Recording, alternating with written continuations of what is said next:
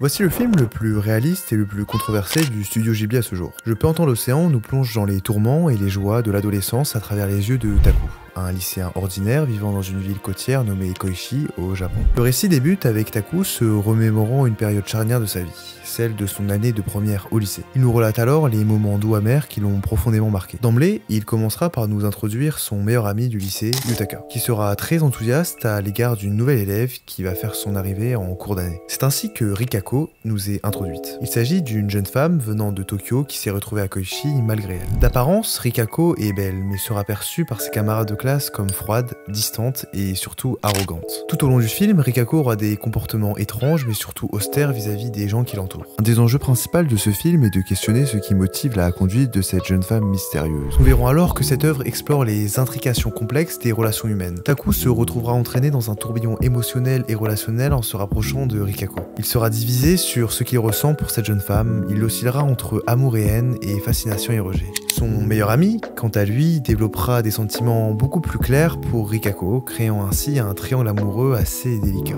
Pourquoi faut-il regarder ce film? Je pourrais évidemment vous parler du style d'animation unique de ce film qui se décompose de dessins très crayonnés et d'une atmosphère nostalgique qui lui a permis de se retrouver dans toutes les trends esthétiques, mais non. Ce dont je veux vous parler est du message qui se cache derrière cette œuvre et qui, en même temps, peut faire son incompréhension. En réalité, cette œuvre divise pas mal les fans du studio Ghibli qui la qualifient généralement de plate ou encore d'ennuyante. Pour comprendre ces critiques, il faut commencer par remettre cette œuvre dans son contexte. Comme je vous l'ai dit en début de vidéo, ce film des studios Ghibli est très différent de ses prédécesseurs et de ses successeurs, étant donné qu'il s'ancre dans un réalisme déconcertant. En effet, contrairement aux autres films de ce studio, qui intègrent souvent des éléments fantastiques, Le Plan dans l'océan se focalise sur des personnages réalistes et leur développement émotionnel. Dans ce film, il n'y aura aucun élément fantastique. Alors que quand on compare avec les autres films de ce même studio, on se rend rapidement compte que le cœur et la particularité de cette maison d'animation est d'inclure des éléments fantastiques pour pouvoir faire voyager le spectateur. Tout d'abord, Rikako occupe une place centrale dans l'histoire en tant que personnage complexe et initialement insupportable. La question est ici de savoir pourquoi accorder autant d'importance à ce personnage. Et dans ce cas-là, pourquoi ne pas raconter l'histoire selon son point de vue? Pour répondre à ces questions, revenons à notre protagoniste. Taku est un jeune homme des plus ordinaires mais qui, malgré son âge, fait preuve d'une maturité importante. En effet, il pense à son avenir en commençant à travailler en parallèle de ses études. Scolairement, il a un bon niveau et socialement, il sait s'exprimer de manière claire et argumentée. En clair, il est responsable. En parallèle, nous avons Rikako. Si on creuse un peu dans son histoire, on se rend compte que la situation dans laquelle elle se trouve est en réalité le fruit de conflits parentaux qui ont conduit à un divorce.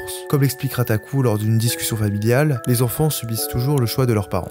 Au travers de cette remarque, on va voir que Taku sera le seul à pouvoir lire entre les lignes de Rikako. Je pense ainsi que c'est une des raisons pour laquelle notre narration est racontée de par ce personnage. Grâce à lui, le viewer aura un point de vue externe et sensiblement éclairé sur Rikako. Un deuxième élément de réponse pour expliquer la place de Rikako dans notre histoire est sûrement son réalisme. Rikako incarne les séquelles d'un important déséquilibre familial qui la pousse à compenser sa souffrance par le paraître. À première vue, Rikako semble être une jeune femme indépendante et ambitieuse. Ses comportements sont délibérément orientés pour ne laisser aucun doute transparaître. Par exemple, lors des résultats des examens, elle ne jette même pas un œil à son classement malgré sa position parmi les meilleures étudiantes. Elle veut ainsi montrer à ses camarades qu'elle n'a même pas besoin de consulter le classement pour connaître sa place. Cependant, ses comportements isoleront Rikako socialement. Pour obtenir de tels résultats, elle s'isolera pour étudier et négligera l'aspect social du lycée, ce qui la fera se sentir seule et attisera la haine de ses camarades. Le but de cette jeune femme est probablement de briller pour satisfaire le besoin de reconnaissance de ses parents. Revenons sur le divorce des parents de Rikako. Comme évoqué précédemment, ce divorce est à l'origine de son comportement. Son désir de réussir à l'école et de choisir sa voie universitaire par elle-même s'oppose au manque de choix qu'elle a subi de par ses parents. Le thème du divorce est judicieusement choisi à une époque où celui-ci tend à se démocratiser au Japon. De la même façon, le désir de Rikako d'affirmer ses choix par elle-même reflète le désir d'indépendance des femmes dans le Japon des années 90. Revenons maintenant à l'objet de cette vidéo.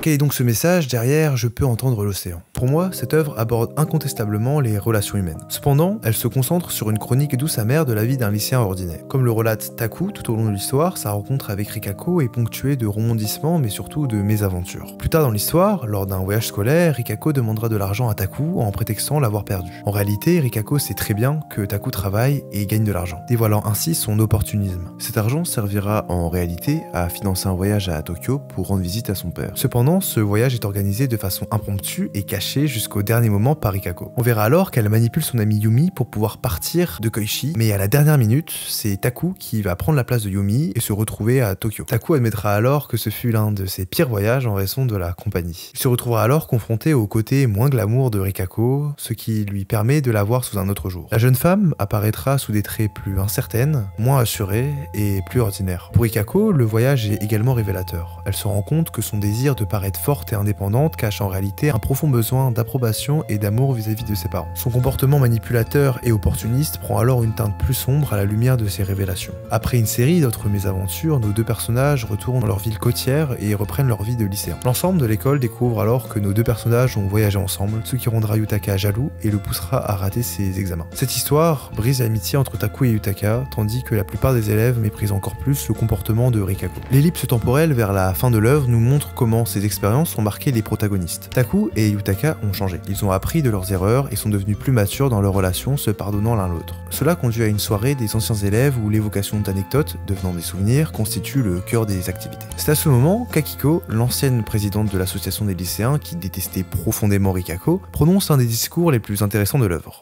Elle nous dira alors qu'elle a recroisé Rikako et qu'un sentiment de nostalgie l'a envahi, poussant ainsi la jeune femme à revenir sur sa relation qu'elle avait avec elle. Elle se rend alors compte que si elle n'aimait pas Rikako, c'est parce qu'elle s'attardait uniquement sur les apparences. À l'aide de divers exemples, elle nous dit alors que quand on est enfant, un problème même minuscule peut prendre des proportions énormes, car notre champ de vision se réduit uniquement à ce que l'on voit de surface. Avec le temps et les expériences de la vie, elle comprend désormais que rencontrer des personnes que l'on n'apprécie pas fait partie intégrante de la vie quotidienne.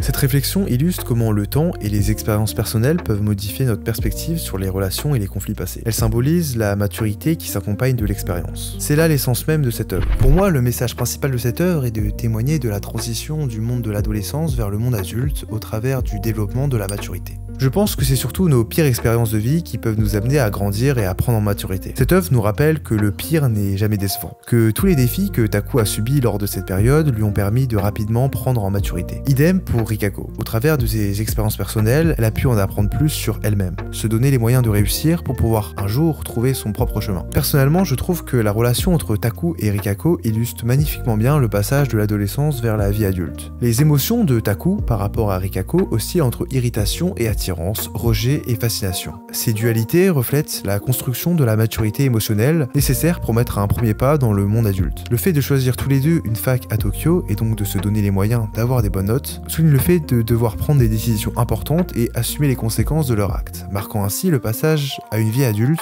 pleine de défis et de responsabilités. L'exploration mutuelle de la personnalité de nos personnages nous apprend à accepter les imperfections et les nuances qui caractérisent les relations humaines. La synthèse de la relation entre Taku et Rikako illustre finalement le cheminement vers l'autonomie et l'indépendance. Ils apprennent à prendre des décisions par eux-mêmes et à suivre leur propre voie, essentiel dans la transition vers le monde adulte où l'on doit assumer ses choix et sa destinée. Ce film nous rappelle alors la brièveté des moments de cette période charnière de la vie et nous invite à réfléchir sur nos propres souvenirs. En capturant avec finesse le charme mélancolique et l'innocence de l'adolescence, il nous interpelle sur la manière dont ces expériences façonnent nos chemins futurs. Que ces expériences soient bonnes ou mauvaises, elles contribuent inexorablement à nous construire. C'est en se concentrant sur la nostalgie que nos personnages vont nous inviter à nous pencher sur toutes nos expériences et rencontres qui ont forgé la personne que nous sommes. Merci d'avoir suivi cette vidéo, n'hésitez pas à lâcher votre meilleur abonnement si jamais cette vidéo vous a plu et moi je vous dis à très bientôt pour une nouvelle vidéo.